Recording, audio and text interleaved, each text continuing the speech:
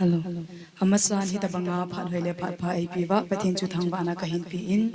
chuzong le tuni hi chalai program ma kamin hin chon sa kapumang se hi in chiting le in summi ti hon ngai lu na nei ta ane hin kauzi win na bon cha chung ba ke pathu kahin se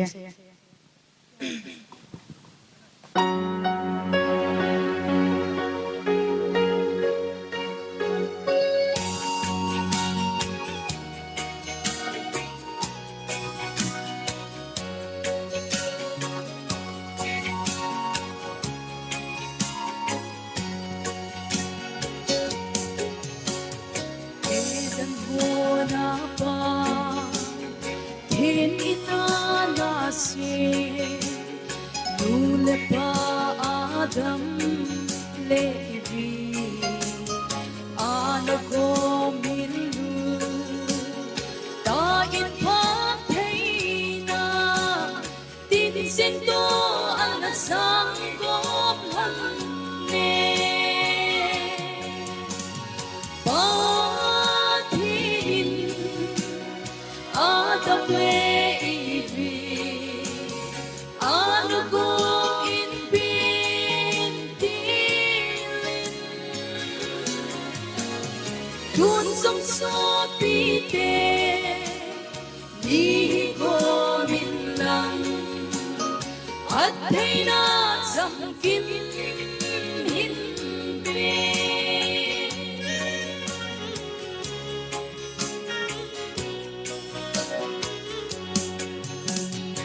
ilung si tole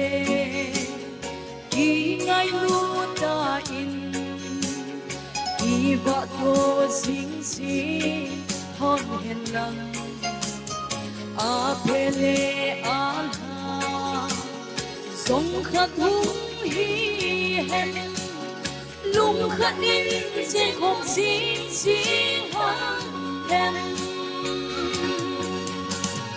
pa thin Adam levi anago in bintilin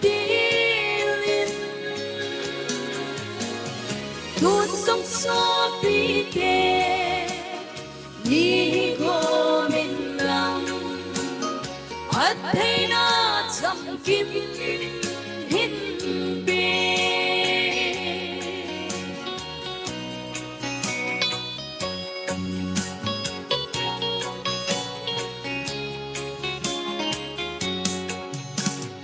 Bin thiêu thu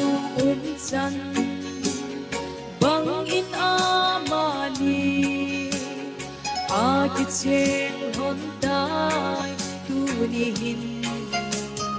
chung lama zot ye zong le mun kha na kal tâu hon hen van gam nong ye sin pa thin Adam levi anago in bintilin kun song so pite ni ko min lang at thay na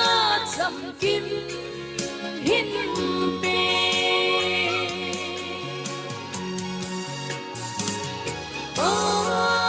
thin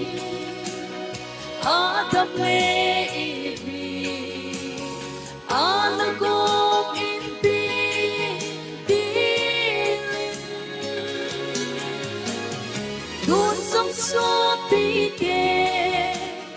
ni ko min lang at thay na cham kim hin pe